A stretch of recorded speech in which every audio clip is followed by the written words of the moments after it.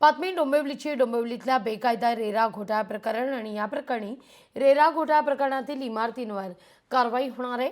65 अनधिकृत इमारतींपैकी एक समर्थ कॉम्प्लेक्सला नोटीस बजावण्यात आलेली आहे। समर्थ कॉम्प्लेक्सवर केडीएमसी कारवाई करेल।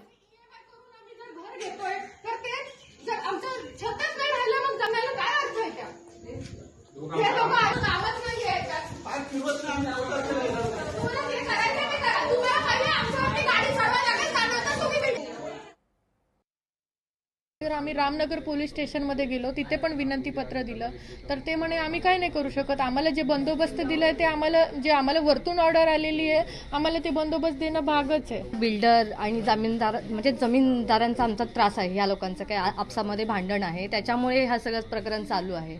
मग आता आम्ही आमची घरं कशी वाचवायची याचा प्रयत्न करतोय। आम्ही आमच्या जीवाचं रक्ताचं पाणी करून आम्ही हे घर घेतलंय, जे काही आहे आम्ही स्वतःहून कमावून हे घर घेतलंय। मी आणि माझा हस्बंड, आमच्या मागे कुणीच नाही, मी आणि माझ्या हस्बंडने शून्यातून सुरुवात करून हे घर उभं केलंय।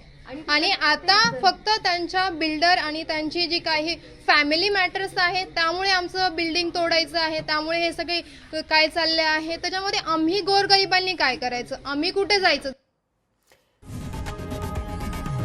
लोकशाही मराठी ऐका, पहा, जागरूक रहा।